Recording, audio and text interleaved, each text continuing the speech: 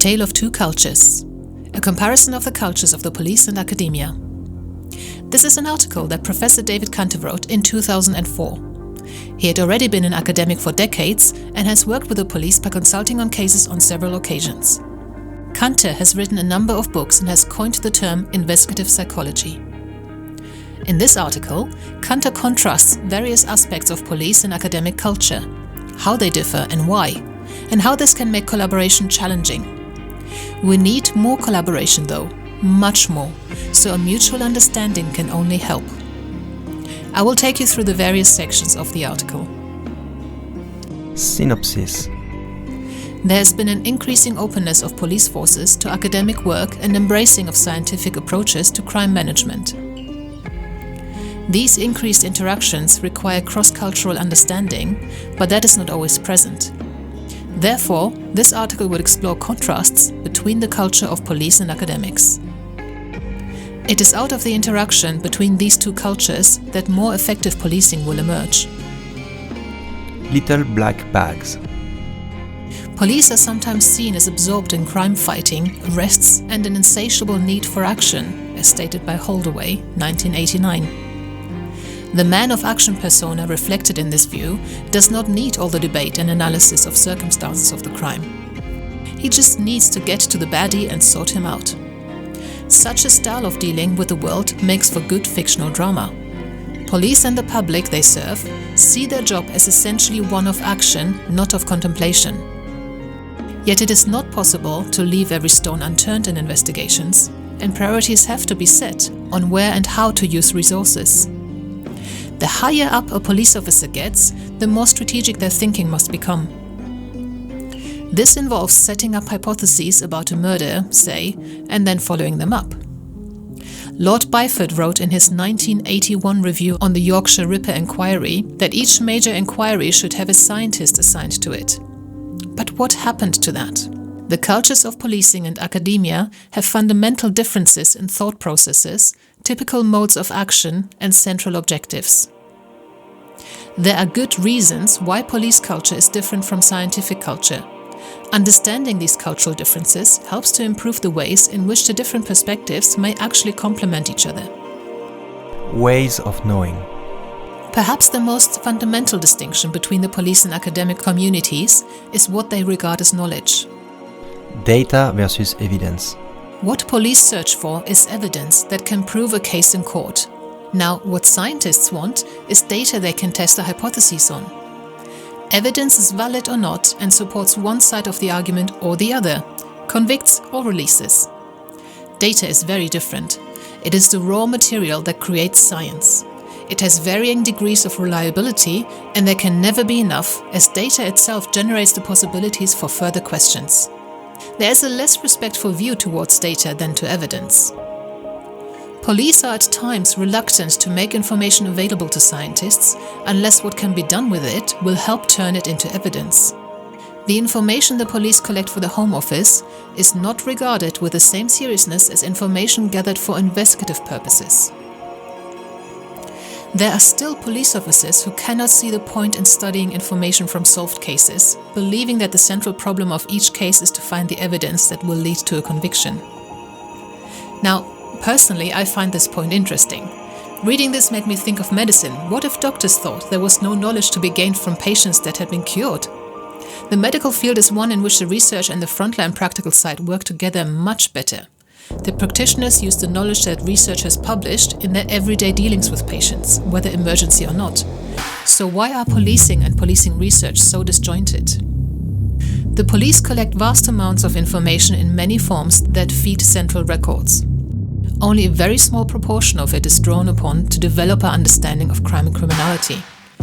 In one particular inquiry Professor Kanter was assisting in, police went to great lengths and conducted hundreds of house-to-house inquiries to find anyone who had bought shoes like the one they had a print of at a crime scene. They collected a lot of information about the sort of people who bought such shoes, which could have been useful as a profile and therefore as a starting point or prioritization tool for future investigations. However, the focus was on the current inquiry, and the data they were collecting was not systematically collected, stored or analyzed. It got lost. Process versus product. The significance of knowledge for the police is in that it only counts what the product is. This contrasts with the interest that academics have in the process by which results were obtained. Dr. Stuart Kind correctly narrowed down an area where the Yorkshire Ripper Peter Sutcliffe lived. However, this information was not used in the apprehension or prosecution of Sutcliffe, who was identified by getting arrested for a different minor offence. Even though Kind had successfully established and used an approach to use an offender's geography that could be of great value to future investigations by prioritizing suspects and making the investigative process more efficient, Kind's work was not published or shared at the time. When Cantor was later asked to assist in a different investigation, he had to create a similar process from scratch, not knowing of Kind's work. In order for the police to take a scientific process seriously, it is not enough that its principles be established as sound and valid. It has to have been successful in an actual investigation. For police, success stories sell better than scientific robustness. Trend versus case. The focus on learning from individual cases rather than trends and overall patterns makes the police exceptionally vulnerable to making decisions on the basis of unusual, one-off cases. Most people have difficulty understanding probabilities correctly. Therefore, an anecdote in which a particular practice worked or did not work will likely not be seen correctly in the context of its actual success and failure rates, but may be erroneously accepted as an absolute. Therefore, an unreliable practice may be continued, and an effective practice may be quickly dropped because of one failure, despite the trends that indicate its overall effectiveness. Trade versus profession. Cantor suggests that the police functions like a trade. Police know the details of the procedures they must follow to achieve certain ends, such as making a legal arrest or preparing evidence for court. But they are less concerned with the principles behind the procedures they are following or an understanding of empirical trends, like the new research findings in relation to those procedures or overall crime trends. The academic side is more like a profession in which it is recognized that all decisions contribute to the development of an evolving body of knowledge. The actions of any professional are a contribution to the development of that knowledge base, which is why research is so highly prized by all professional bodies. The focus on the mechanics of a procedure and discussing particular cases provides seeds for prejudicial attitudes that can have racist and/or sexist tendencies. One case can become characterized as typical of a whole class of poorly defined events. These uninformed views are then bolstered by similar anecdotes and can be seen as wrongly forming a pattern. A professional perspective looks at the broader context and distances the observer to provide an objective stance. What generates the institutional racism to which Macpherson drew attention is not therefore the entrance of many people with racist attitudes into the police service, but many examples being presented to illustrate actions by individuals from ethnic minorities, without a broader picture of the processes involved. This can provide a drift towards racism that emerges from treating policing as a craft for coping with individual cases rather than as a profession that draws on trends and a scientifically based understanding of crime. It is only by removing the reliance on individual cases and through the development of an understanding of how trends operate and are revealed that the environment for prejudice can be destroyed. Ways of acting. The training police officers get is, inevitably, focused on the law and its workings. The practical constraints and demands that come from working as an arm of the law are not present for academics and scientists. This gives academics intellectual freedom that is a luxury the police cannot indulge in. There is, as a consequence, a shaping of the process by which they go about their activities that further distinguishes between their different cultures and interferes with their effective cooperation. Refutation versus confirmation. Science is based in failures. It is by challenging hypotheses that they become more robust. Scientists often look for evidence that disproves a hypothesis until that is no longer possible, while police look for evidence to support their hypotheses. The resources involved in police work and the emphasis on the case in question means that there is a reluctance to risk exploring possibilities that may turn out to be without substance and a tendency to look for support for any suggestions that emerge. For men of action, there is a considerable loss of faith in putting in process systems or action plans that turn out to be unproductive. Publication versus secrecy.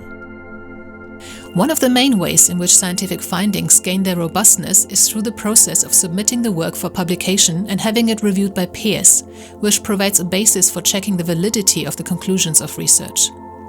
There are a number of well-documented failures of secret research that informed policymaking, the failures being due to the lack of overt scrutiny of the research findings. In Kanter's early contact with senior police officers, they expressed puzzlement as to why he should want to publish his research. Some even claimed it was just to have the pride of seeing his name in print. They did not understand the scientific imperative to publish, nor the moral imperative of putting back into the public domain something of value that was made possible with support from the public purse, new knowledge. The importance of sustaining the development of scientific understanding through contributing to the scientific literature seemed alien to them. In contrast, the nature of policing requires a certain amount of secrecy in order to maintain security over sensitive information. There is a real need to hide information from those who may destroy evidence or evade detection or capture. Therefore, information sharing is not intrinsic to policing. Anarchic versus hierarchical. There is an expectation within academia that there should be open debate and challenge to potential errors through the publication of research.